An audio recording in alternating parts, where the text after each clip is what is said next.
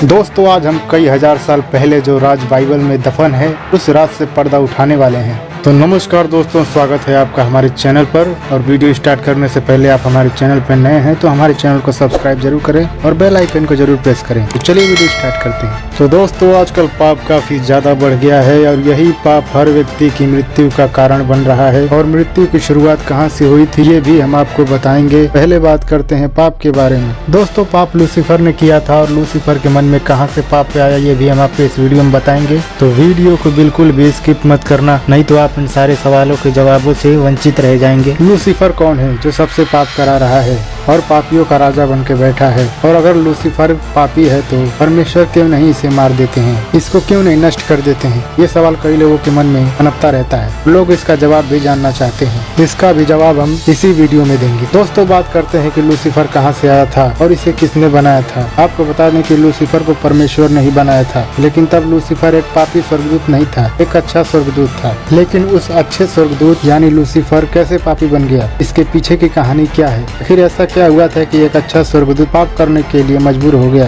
तो कहानी शुरू होती है जब परमेश्वर ने स्वर्गदूतों का निर्माण करना शुरू किया था। तो परमेश्वर ने बहुत से स्वर्गदूतों का निर्माण यानी बनाया, लेकिन परमेश्वर कुछ खास और अच्छा करने की सोच रहे थे। परमेश्वर को कुछ अनोखा चाहिए था जो सबसे अलग रहे। तभी परमेश्वर ने अपनी सोच के आधार पर एक और स्वर्गदूत का निर्माण किया और वो स्वर्गदूत लूसीफर था। हालांकि उस समय वो अच्छा स्वर्गदूत था और इसके बारे में बाइबल में यहेजकेल अध्याय 28 में लिखा है, तू परमेश्वर की एदेन नामक बारी में था, तेरे पास आभूषण, मणिक, पद्मराग, हीरा, फिरोजा, सुलेमानी मणि, ये सब नीलमणि, मरकद और लाल सब भांति के मणि और सोने के पहरावे थे। तेरे डफ और बांसुलियाँ तुझी में बनाई गई थी। जिस दिन से तू सिरजा गया था उसी दिन से वे भी तैयार की गई थी। जिस दिन तू सिरजा गया था, इस वचन का मतलब है कि जिस दिन तुझे बनाया गया था उसी दिन से वो सब प्रकार के आभूषण, मणिक, सोने, हीरा और अनेक प्रकार के आभूषण का निर्माण किया गया था। इसलिए आपने देखा होगा कि शैतान भी कैसे यीशु मसीह को जब के सारे वैभव दिखाकर कहता है कि ये सब मैं आपको दे दूंगा यदि आप मुझे झुककर प्रणाम करे। तो ये सब वैभव शैतान के पास कहाँ से आया था आपको पता नहीं होगा, लेकिन आपने अभी जो वचन देखा उसमें लिखा है कि कैसे परमेश्वर ने शैतान को कई प्रकार के आभूषण से मिलाकर बनाया था और यह आभूषण परमेश्वर ने ही दिया हुआ है। तो हम लूसीफर की कहानी को आगे बढ़ाते हैं। परमेश्वर ने शैतान यानी लूसीफर को कई आभूषणों से मिलाकर बनाया, जिससे उसकी सुंदरता में चांद लग गए। लेकिन परमेश्वर ने बाकी स्वर्गदूतों को वैसे नहीं बनाया था जैसे लूसीफर को बनाया। और परमेश्वर को वो सबसे प्रिय स्वर्गदूत लगा और वो हरदम परमेश्वर के पास रहने लगा। इस तरह से वो स्वर्गदूत परमेश्वर का पसंदीदा स्वर्गदूत बन गया था और परमेश्वर हर समय उसको पूछते रहते और उसको अपनी नजरों के सामने रखते थे। और आपको बता दें कि वो सब स्वर्गदूतों में काफी ज्यादा सुंदर स्वर्गदूत था,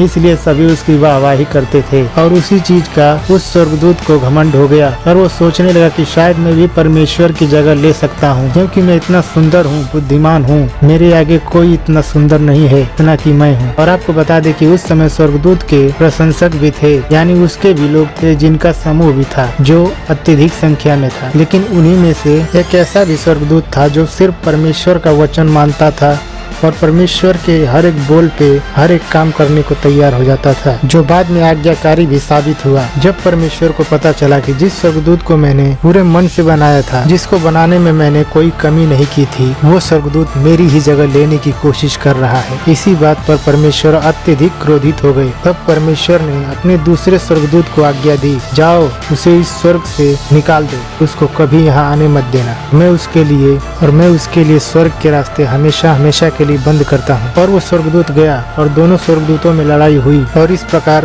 लूसीफर को उस स्वर्गदूत के द्वारा नीचे फेंक दिया गया। और तभी से वो स्वर्गदूत जो बुरा स्वर्गदूत था, जिसके मन में बदले की भावना उत्पन्न हो गई और उसी बदले की भावना ने उसको शैतान बना दिया। और उसने कसम खा ली कि परमेश्वर की हर एक बनाई चीज जो कि परमेश्वर को प्रिय है मैं उसे हानि पहुँचाऊंगा। उसके बाद परमेश्वर ने धरती को बनाकर हर एक प्रकार के जीव जंतु को बनाकर अपने सबसे प्रिय इंसान को बनाया। लेकिन लूसीफर भी धरती पर ही रहता था और उसने मनुष्यों को पाप करवाकर पापी बना दिया। वो फल खिलाकर जिसको परमेश्वर ने खाने से मना किया था। तब परमेश्वर ने मनुष्यों को भी श्राप दिया और शैतान को भी जो सांप के द्वारा कार्य किया था उसको भी श्राप दे दिया। और शैतान ने जो पाप मनुष्य जाति से करवाया था वही पाप मानव जाति की मृत्यु का कारण बन गई और यहीं से मृत्यु की शुरुआत हो गई। इसके पहले मानव जाति अमर था, उससे मृत्यु जैसी कोई भी चीज नहीं होती थी। तब से अब तक शैतान मनुष्य जाति के पीछे पड़ा हुआ है कि कैसे उसे और बर्बाद किया जाए। लेकिन परमेश्वर भी मानव जाति से अटूट प्रेम करता है और उसने भी मानव जाति के लिए अपने इकलौते पुत्र की प्राणों की आहुति दे दी, जिसका नाम यीशु था। सोचिए कि उसने अपने इकलौते पुत्र की भी परवाह न की। कितना महान है परमेश्वर।